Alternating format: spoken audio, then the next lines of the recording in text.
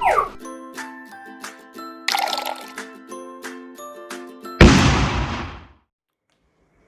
evening everyone, I Rashmi Arora welcome you all to your YouTube channel that is IIT Chemistry Shiksha. So coming to our next topic on aromaticity, that is annulenes.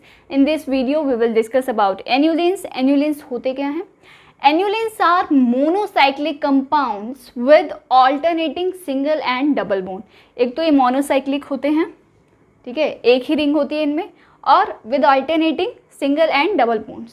Now coming to the nature of this compounds, कैसे होते हैं, aromatic होते हैं, anti aromatic होते हैं या फिर non aromatic होते हैं, वो हम देखते हैं.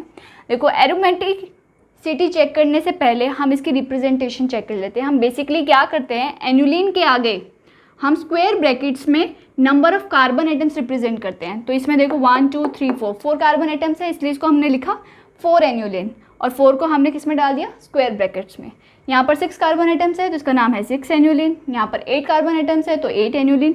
यहाँ पर 10 कार्बन एटम्स है तो इसका नाम है 10 एनुलिन. क्लियर. अब आते हैं नेचर पे. तो देखो इसमें कितने हैं, 4 पाई इलेक्ट्रॉन्स हैं, राइट. तो इसमें 4 पाई इलेक्ट्रॉन्स हैं, तो इसका नेचर कैसा होगा, anti aromatic in nature. It is anti aromatic in nature. Then इसमें देखो 1 2 3 4 5 6 पाई इलेक्ट्रॉन्स है, तो इसका नेचर कैसा होगा, एरोमेटिक इन नेचर, क्योंकि ये हकल रूल को ओबे कर रहा है.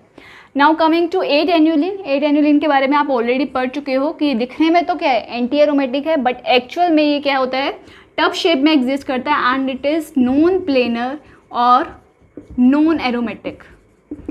इसमें जो रिंग है वो एक प्लेन में नहीं रह सकती है, तो ये नॉन एरोमेटिक इन नेचर है. तो 4 एनुलिन, 4 एनुलिन का एग्जाम्पल देखो, 4n एनुलिन, मतलब n की वैल्यू यहाँ पर 1 2 3 4 ऐसे हो सकती है.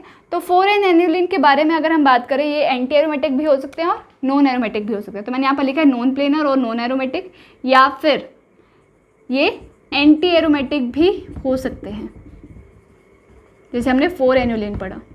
Then 4n+2 annulene, 4n+2 annulene जो है वो कैसे होते हैं, एरोमेटिक इन नेचर होते हैं. But coming to the exception of this criteria, 4n+2 annulene aromatic in nature बोला ना हमने. यहाँ पर देखो, यहाँ पर जो है 10 कार्बन एटम्स है, इसका नाम है 10 एनुलिन. तो 1 2 3 4 5 6 7 8 9 10, इसमें 10 पाई इलेक्ट्रॉन्स हैं, तो it is suppose to be aromatic. दिखने में ये कैसा है, एरोमेटिक है. दिखने में ये कैसा है, एरोमेटिक है, बट एक्चुअल में ये एरोमेटिक नहीं है, नॉन एरोमेटिक है. ये इंपॉर्टेंट है, एक्सेप्शन है, ठीक है. 10 annulene is not aromatic, it is non aromatic. Aromatic नहीं है, ये नॉन एरोमेटिक है. एंड वाई सो, यहाँ पर जितने भी बॉन्ड्स थे वो सारे के सारे कैसे थे, सिस बॉन्ड्स थे. यहाँ पर जो ऊपर एग्जाम्पल्स हमने पढ़े हैं, यहाँ पर सारे के सारे बॉन्ड्स क्या थे, सिस बॉन्ड्स थे. बट इसमें 10 एनुलिन में सिस बॉन्ड्स भी होते हैं एंड ट्रांस बॉन्ड्स भी होते हैं. इसमें cis bonds and trans bonds दोनों ही होते हैं. And due to the close proximity between these 2 hydrogens, ये 2 हाइड्रोजन्स जो है आपस में बहुत क्लोज आ जाते हैं, जिसकी वजह से मॉलिक्यूल में क्या हो जाती है, डिस्टॉर्शन हो जाती है. इसकी ज्योमेट्री जो है डिस्टोर्ट हो जाती है, इसलिए जो ये रिंग है वो सेम प्लेन में नहीं रह पाती है. इसलिए 10 annulene is non aromatic in nature. ध्यान रहेगा, रीज़न क्या है, due to the close proximity between this 2 hydrogens. इस मॉलिक्यूल में क्या है, ज्योमेट्री में इसकी क्या आ जाती है, डिस्टोर्शन आ जाती है, स्टेरिक हिंड्रेंस हो जाती है, जिसकी वजह से ये रिंग जो है वो सेम प्लेन में नहीं रह पाती है. इसलिए जो 10 एनुलिन है वो नॉन प्लेनर या फिर नॉन एरोमेटिक है. यहीं पे मैंने लिखा है नोट बना के, जिसे आप ध्यान रखेंगे. 10 annulene is suppose to be aromatic, but actually because of close proximity between these 2 hydrogens, ring cannot remain in same plane. Therefore 10 annulene is non aromatic in nature. और इसी रिंग की ज्योमेट्री में डिस्टोर्शन आने के इस phenomena को, इस process को हम बोलते हैं पकरिंग ऑफ द रिंग. क्या बोलते हैं, पकरिंग ऑफ द रिंग. यहीं पर लिखा है मैंने 2 hydrogens distort the geometry and causes steric hindrance in the molecule. तो ये बहुत ही इंपॉर्टेंट है, जो आपको ध्यान में रखना है कि 10 एनुलिन दिखने में हमें लगता है कि एरोमेटिक है, बट एक्चुअली में ये क्या है, नॉन एरोमेटिक है। एंड रीज़न भी इसमें जो 2 हाइड्रोजन होते हैं उनके बीच में क्लोज प्रॉक्सिमिटी की वजह से स्टेरिक हिंड्रेंस आ जाते हैं मॉलिक्यूल में, जो कि क्या है, ज्योमेट्री को डिस्टोर्ट कर देती है और जो रिंग है वो सेम प्लेन में नहीं रह पाती है, और इसी प्रोसेस को हम बोलते हैं puckering of the ring. Is that clear? आप इसका स्क्रीनशॉट ले सकते हैं।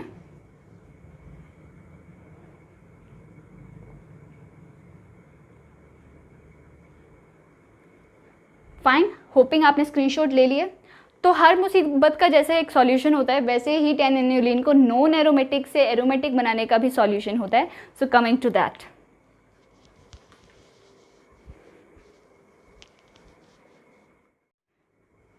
तो हमने देखा कि 10 एनुलिन जो है वो एरोमेटिक नहीं होता है, तो उसको एरोमेटिक बनाने के लिए हम क्या कर सकते हैं कि when the 2 hydrogens is replaced by methylene bridge, यहाँ पर जो 2 हाइड्रोजन्स प्रेजेंट थे जिसकी वजह से स्टेरिक हिंड्रेंस आ रही थी मॉलिक्यूल में, तो उसको हम जब मिथिलीन ब्रिज से रिप्लेस कर देंगे, then there is perfect delocalization of electrons, perfect delocalization होगा इलेक्ट्रॉन्स का, and therefore 10 annulene will become aromatic in nature.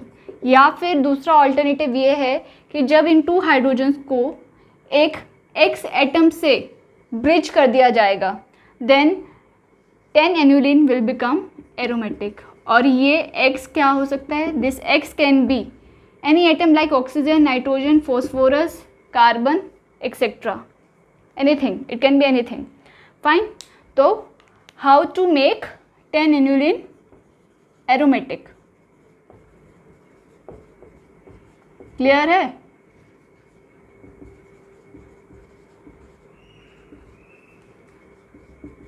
So hoping it is quite clear to you कि 10 एनुलिन जो है वो एरोमेटिक इन नेचर हो सकता है when the 2 hydrogens are replaced by methylene bridge और एनी X एटम। आपके सामने एक और एग्जाम्पल लिखा हुआ है। इसके नेचर के बारे में अगर हम बात करें तो ये जो 3 मेंबर्ड रिंग है, इसमें जो ये 3 मेंबर्ड रिंग है ये स्टेबल नहीं है। 3 मेंबर्ड रिंग नॉट स्टेबल। तो उसके लिए हम क्या कर सकते हैं, इस बॉन्ड को यहाँ पर शिफ्ट कर सकते हैं। इस 3 मेंबर्ड रिंग को एक तरह से हमने क्या कर दिया, ब्रेक कर दिया। इस बॉन्ड को ब्रेक करके इधर ले आए, इसको यहाँ पर ले आए, इसको यहाँ पर शिफ्ट कर दिया।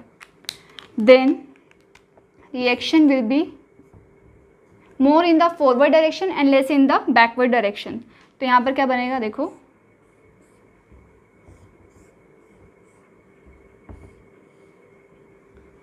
Fine.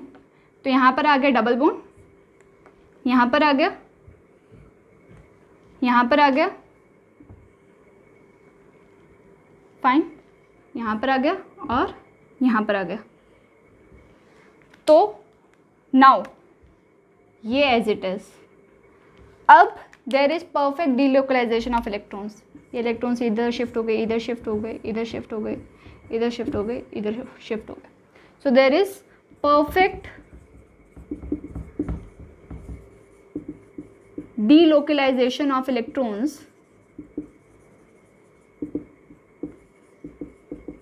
therefore it is aromatic in nature। अब ये aromatic बन गया। Is that clear to you? So coming to next 18 annulene. 10 annulene के बारे में हमने देखा था कि 10 एन्यूलिन जो है वो नॉन एरोमेटिक इन नेचर होता है, और उसमें जो है अंदर जो 2 हाइड्रोजन्स होते हैं उनमें क्या होता है, स्टेरिक हिंड्रेंस होता है। But coming to 18 annulene, 18 annulene is aromatic in nature. इसका नेचर कैसा होता है, एरोमेटिक होता है, साइक्लिक है, प्लेनर है, कॉन्जुगेटेड है, हकर रूल को ओबे कर रहा है, that is why it is aromatic in nature. और इसमें कोई भी एंगल स्ट्रेन नहीं होता है, इसमें कोई भी एंगल स्ट्रेन नहीं होता है। और ये जो इनर हाइड्रोजन्स है ये भी इतने far away from each other होते हैं कि इनमें कोई भी रिपल्सिव फोर्स नहीं होती है, कोई भी स्टेरिक हिंड्रेंस नहीं होती है। 18 एन्यूलिन आपको साइज से दिख रहा है, it is very large enough, तो इसमें कोई भी स्टेरिक हिंड्रेंस नहीं होती है। तो ध्यान रहेगा 18 annulene is aromatic in nature. So coming to 1 CSIR NET question, इसके बारे में जो थोड़ा सा हम डिटेल में देख लेते हैं कि consider the following statements for 18 annulene. First, it is aromatic in nature, वो हम अभी पढ़ ही चुके हैं कि yes it is aromatic in nature. Second is the inner proton resonates at chemical shift value of 9.28 in its 1H NMR spectrum. 1H NMR spectrum तो हम देख ही चुके हैं कि केमिकल शिफ्ट की वैल्यू, ये क्या होता है, टेट्रामिथाइल सेलेन होता है, टेट्रामिथाइल सिलेन। इससे जो है 1H NMR में स्पेक्ट्रम में जो है ये सिग्नल्स देता होता है। तो वो ये कह रहे हैं कि इनर जो है 6 प्रोटॉन्स हैं, इनर 6 प्रोटॉन्स हैं और आउटर 12 प्रोटॉन्स हैं। फाइन, तो इनर 6 प्रोटॉन्स जो हैं वो केमिकल शिफ्ट की वैल्यू दे रहे हैं 9.8 ppm पे, बट एक्चुअल अभी हम जब देखेंगे तो it is a wrong statement.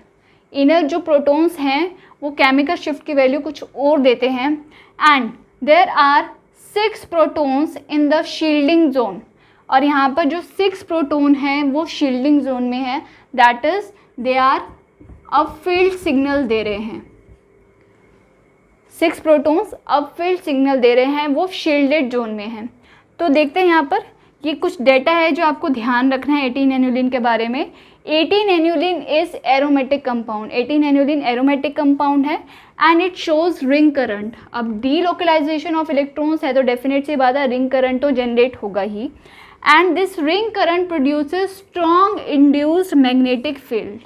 तो देखो जहाँ पर करंट होता है, जहाँ पर करंट प्रोड्यूस होता है वहाँ पर ऑटोमेटिकली मैग्नेटिक फील्ड भी प्रोड्यूस हो ही जाती है। तो 18 एन्यूलिन में जो है रिंग करंट है और इसी रिंग करंट की वजह से स्ट्रॉन्ग मैग्नेटिक फील्ड इंड्यूस हो जाती है। आउटर 12 प्रोटॉन्स, जो आउटर 12 प्रोटॉन्स हैं वो केमिकल शिफ्ट की वैल्यू देते हैं 8 ppm पे, 8.9 ppm पे। ध्यान रहेगा, ये वैल्यू आपको ध्यान रखनी है कि जो आउटर 12 प्रोटॉन्स हैं वो केमिकल शिफ्ट की वैल्यू देते हैं 8.9 ppm पे, because they are in the deshielding zone. These outer 12 protons क्या हैं, these are deshielded and these inner 6 protons they show a chemical shift value of -1.8 ppm। और ये negative value क्या show कर रही है, ये नेगेटिव वैल्यू ये शो कर रही है कि टेट्रामिथाइल साइलेन से वो शील्डेड हैं, मतलब शील्डेड जोन में जा रहे हैं, because they remain in the shielding zone. तो ये इंपॉर्टेंट डाटा आपको ध्यान रखना है कि 18 एन्यूलिन एक तो एरोमेटिक होता है, this ring current produces strong induced magnetic field. जो आउटर 12 प्रोटॉन्स हैं वो डीशील्डेड जोन में होते हैं और उनकी केमिकल शिफ्ट की वैल्यू क्या होती है 8.9 ppm, और जो इनर 6 प्रोटॉन्स होते हैं they remain in the shielding zone and they show a chemical shift value of at -1.8 ppm। Is that clear to you? So this completes with the topic of aniline. Hoping aniline is quite clear to you. For further lectures, stay tuned with IIT Chemistry Shiksha. And if you like my efforts, if you appreciate my efforts, then don't forget to subscribe my channel. It will keep on boosting me. And until we meet again, till then, happy learning. Thank you.